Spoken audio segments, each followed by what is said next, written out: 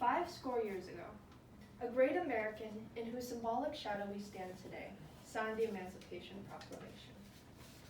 This momentous decree came as a great beacon light of hope to millions of Negro slaves who had been seared in the flames of withering injustice. It came as a joyous daybreak to end the long night of their captivity. But 100 years later, the Negro still is not free.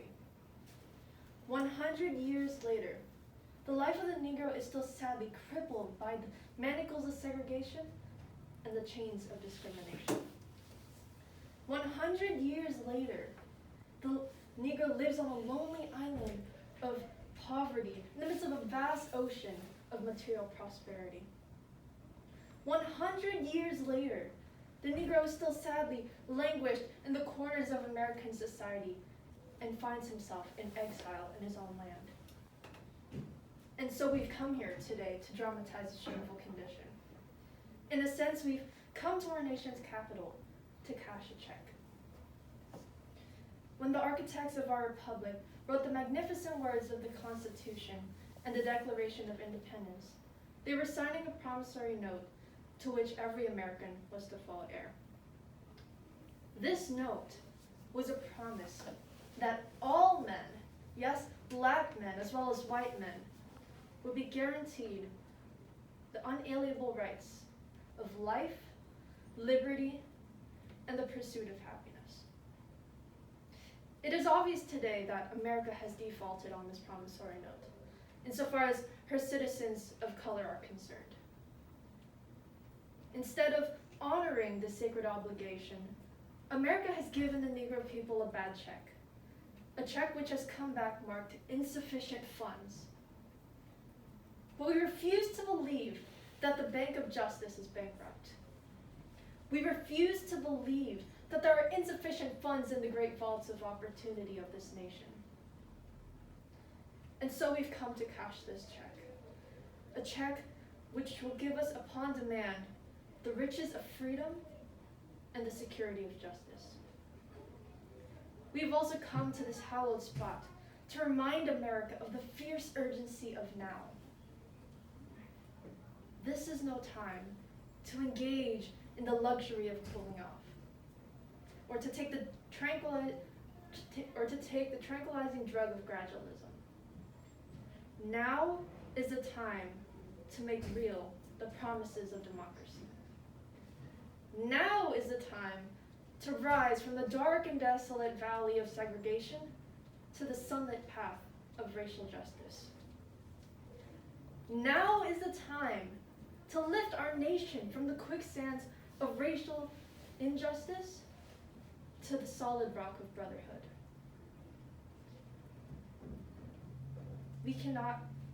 This is the time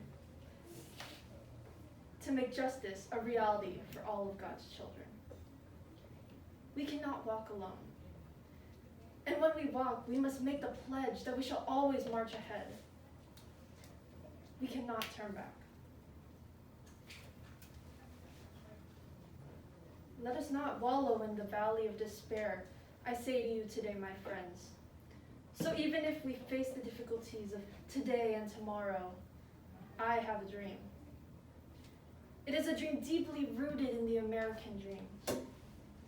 I have a dream that one day this nation will rise up and live out the true meaning of its creed. We hold these truths to be self-evident, that all men are created equal. I have a dream that one day on the red hills of Georgia, the sons of former slaves and the sons of former slave owners will be able to sit down together at the table of brotherhood. I have a dream that one day, even the state of Mississippi, a state sweltering with the heat of racial injustice, sweltering with the heat of oppression, will be transformed into an oasis of freedom and justice. I have a dream that my 4 little children will one day live in a nation where they will not be judged by the color of their skin, but by the content of their character. I have a dream today. I have a dream that One day, right down in Alabama, with its vicious racists, with its governor, having his lips dripping with the words of interposition and nullification. One day, right down in Alabama, little black boys and black girls will be able to join hands with little white boys and white girls as sisters and brothers. I have a dream today. I have a dream that every valley shall be exalted. Every hill and mountain will be made low. Every rough place will be made plain. And every crooked place will be made straight. And the glory of the Lord shall be revealed, and all flesh shall see it together. This is our hope. This is the faith that I go back to the South with. With this faith, we will be able to hew out of the mountain of despair a stone of hope. With this faith, we will be able to transform the jangling discords of our nation into a beautiful symphony of brotherhood. With this faith, we will be able to work together, to pray together, to struggle together, to go to jail together, to stand up for freedom together, knowing that we will be free one day. This will be the day when all of God's children will be able to sing with new meaning. My country, 'tis of thee, sweet land of liberty, of thee I sing. Land where my fathers died, land of the pilgrim's pride. From every mountainside, let freedom ring. And if America is to be a great nation, this must also become true. And so let freedom ring from the prodigious hilltops of New Hampshire. Let freedom ring from the mighty mountains of New York. Let freedom ring from the heightening Alleghenies of Pennsylvania. Let freedom ring from the snow-capped Rockies of Colorado. Let freedom ring from the curvaceous slopes of California. But not only that, let freedom ring from Stone Mountain of Georgia. Let freedom ring from Lookout Mountain of Tennessee. Let freedom ring from every hill and molehill of Mississippi. From every mountainside, let freedom ring.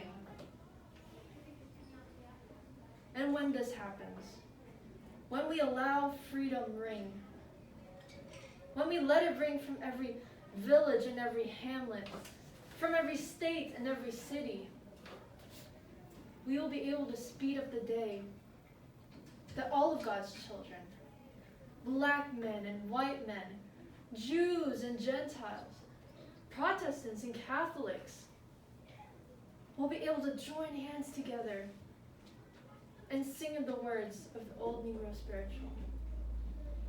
Free at last. Free at last.